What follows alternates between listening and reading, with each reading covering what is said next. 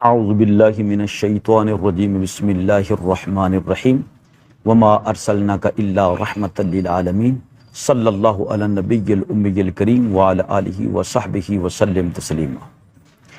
یہ سوال کہ نبی پاک صلی اللہ علیہ وآلہ وسلم حاجت روا ہیں،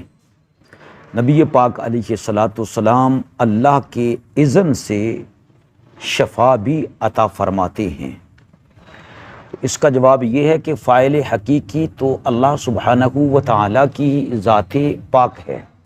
ہاں، اللہ تعالیٰ نے اپنے نبیوں کو، اپنے ولیوں کو یہ کمالات عطا فرمائے ہیں کہ وہ اللہ کے اذن سے صحت و شفا بھی عطا فرماتے ہیں، یا یہ کہ ان کے برکات تبرکات کی برکت کی وجہ سے صحت و شفا ملتی ہے،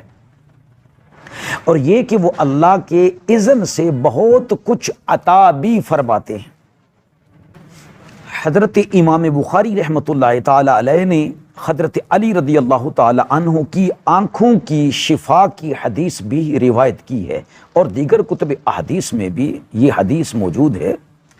امام بخاری رحمۃ اللہ علیہ نے جو حدیث بیان فرمائی ہے اس کا نمبر ہے رقم الحدیث 3701، کہ نبی اقدس صلی اللہ علیہ وسلم نے فرمایا غزوہ خیبر کے موقع پر کہ علی کدھر ہیں؟ تو علی رضی اللہ تعالیٰ عنہ کے بارے میں صحابہ اکرام رضوان اللہ اجمعین نے عرض کیا، یا رسول اللہ وہ تو فلاں مقام پر ہیں اور ان کی آنکھیں دکھ رہی ہیں، وہ رو رہے ہیں درد کی وجہ سے۔ بہرحال حضرت علی رضی اللہ تعالیٰ عنہ کو بلایا گیا اور نبی پاک علیہ السلام نے آپ کی مبارک آنکھوں میں لاب دہن مبارک لگایا، تو وہ ایسے ہو گئیں جیسے اس میں تکلیف تھی ہی نہیں۔ دیگر کتب احادیث میں پتہ چلتا ہے کہ تا حیات حضرت علی رضی اللہ تعالیٰ عنہ کی آنکھیں کبھی دکھنے پر نہیں آئی ہیں۔ اسی طرح حضرت امام بخاری رضی اللہ تعالیٰ عنہ نے وہ حدیث بھی بیان کی ہے کہ نبی پاک علیہ السلام نے 3 حضرات کو بھیجا۔ وہ ظالم یہودی جس کا نام ابو رافع ہے، جو حجاز کا سب سے بڑا تاجر تھا اور سود کا لین دین کرتا تھا، اور نبی پاک علیہ السلام کا گستاخ تھا، تو نبی پاک صلی اللہ علیہ وسلم نے اس کو ختم کرنے کے لیے، واصل جہنم کرنے کے لیے صحابہ کو بھیجا۔ تو یہ کام سر انجام دینے والے حضرت عبداللہ بن عتیق رضی اللہ تعالیٰ عنہ تھے۔ تو جب آپ اس ظالم کو مار کے قلعے سے سیڑھیوں کے ذریعے نیچے آ رہے تھے تو آپ سرکار کی پنڈلی جو ہے وہ ٹوٹ گئی۔ صحیح بخاری میں رقم الحدیث 4039 ہے۔ نبی پاک علیہ السلام کی بارگاہ میں حاضر ہوئے تو نبی پاک علیہ السلام نے لاب دہن مبارک لگایا اور اپنے ہاتھ مبارک سے اس کو سیدھا کیا۔ پنڈلی ٹوٹی ہوئی تھی، ہڈی ٹوٹ گئی ہے،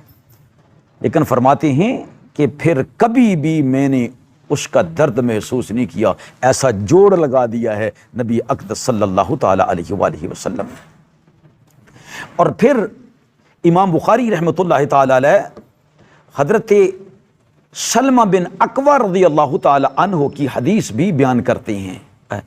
حضرت سلمہ بن اکوع رضی اللہ تعالی عنہ کا واقعہ بھی بیان کرتے ہیں، اور دیگر کتب احادیث میں بھی آیا، جیسے امام احمد بن حنبل رضی اللہ تعالیٰ عنہ نے، ابو داؤد نے اور ابن حبان نے اس کو نقل کیا ہے۔ وہ یہ ہے کہ لوگوں نے جب آپ کی پنڈلی کو دیکھا تو کہنے لگے اصیب سلمہ، اب سلمہ باقی نہیں رہے گا، انتقال کر جائے گا، اس کی شہادت ہو جائے گی۔ تو فرماتے فَأَتَيْتُ النَّبِيَّ صلی اللہ علیہ وآلہ وسلم، میں نبی اقدس صلی اللہ علیہ وسلم کی خدمت میں حاضر ہو گیا۔ فَنَفَسَ فِيهِ 3 نفسات، وہ اللہ کی طرف سے جو حکیم ہیں نبی اقدس صلی اللہ علیہ وسلم، جس کے پاس ہر مرض کی شفا ہے،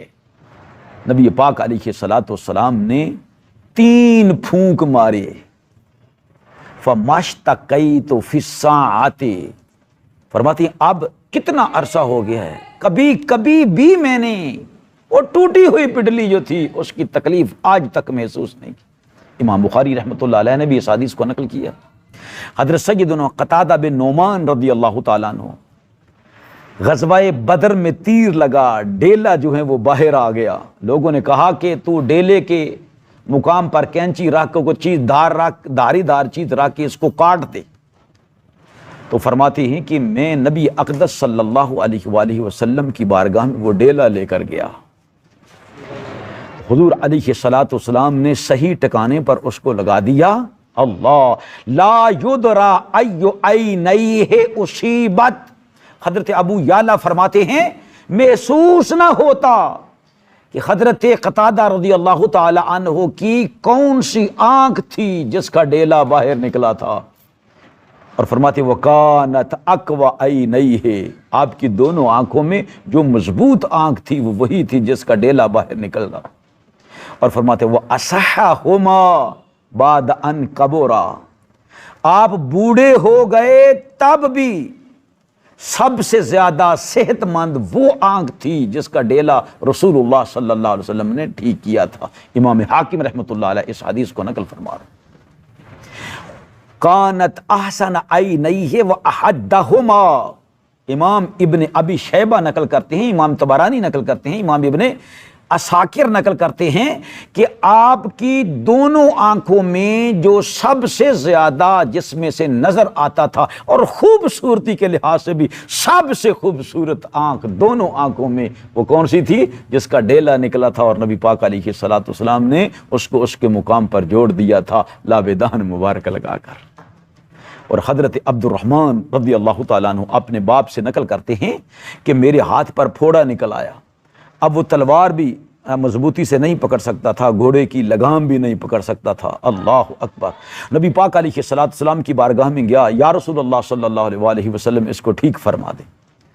تو رسول اللہ صلی اللہ علیہ وسلم نے فرمایا ادن منی، میرے قریب آ جا، فدنوت منہ، میں ان کے قریب گیا، قال افتحها، آپ نے فرمایا کہ اس کو کھولو، ہاتھ کھول دو، فتحتها، میں نے کھول دیا، فنفث فی کفی، نبی پاک علیہ السلام نے میری ہتھیلی پر دم کیا، ثم وضع یدہ علی الصلع، وہ جو زخم تھا پھوڑا تھا اس پر نبی پاک علیہ السلام نے اپنا ہاتھ مبارک رکھ دیا، فما زال یطحنها بکفہ حتی رفع عنها، حضور علیہ السلام میری ہتھیلی پر اپنی ہتھیلی مبارک ملتے رہے جہاں پر پھوڑا نکلا ہوا تھا۔ اللہ اکبر، فرماتے ہیں تھوڑی دیر میں کیا ہوا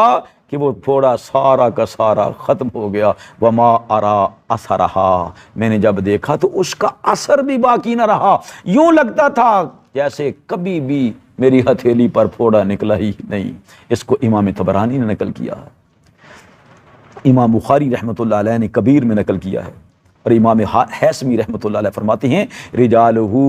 رجال الصحیح، اس کے تمام رجال جو ہیں وہ مسلم کے رجال ہیں، تمام رجال رجال صحیح ہیں۔ اللہ اکبر، یہ ہیں نبی پاک صلی اللہ تعالی علیہ وآلہ وسلم کے تھوک مبارک کی فضیلت، اور آپ صلی اللہ علیہ وسلم کے ہاتھ مبارک کی کسی چیز کو مس کرنے کی، جو بھی بیماری ہو، کسی طرح کی بھی بیماری، بس رسول اللہ صلی اللہ علیہ وسلم کا لابِ دہن مبارک لگ گیا، یا حضور علیہ السلام کی زبان مبارک سے کچھ کلمہ نکل گیا، یا نبی پاک صلی اللہ علیہ وسلم نے کسی کو کچھ عطا فرما دیا، چاہے وہ نظر آتا ہے یا نظر نہیں آتا ہے، کتنی بڑی سے بڑی بیماری ہے، کوئی بے ہوش ہو جاتا ہے، نبی پاک علیہ الصلوۃ والسلام مبارک کی کلی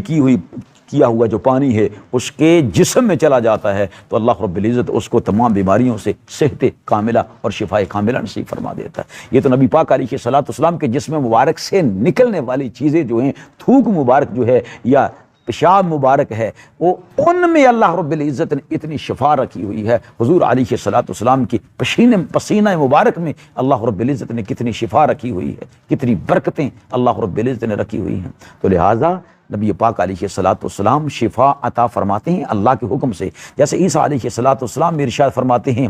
ابری الاکمہ والابرص باذن اللہ، ابری الاکمہ والابرص واحیی الموت باذن اللہ، کوئی برس کا مریض جس کو کہیں سے آرام نہیں آتا ہے،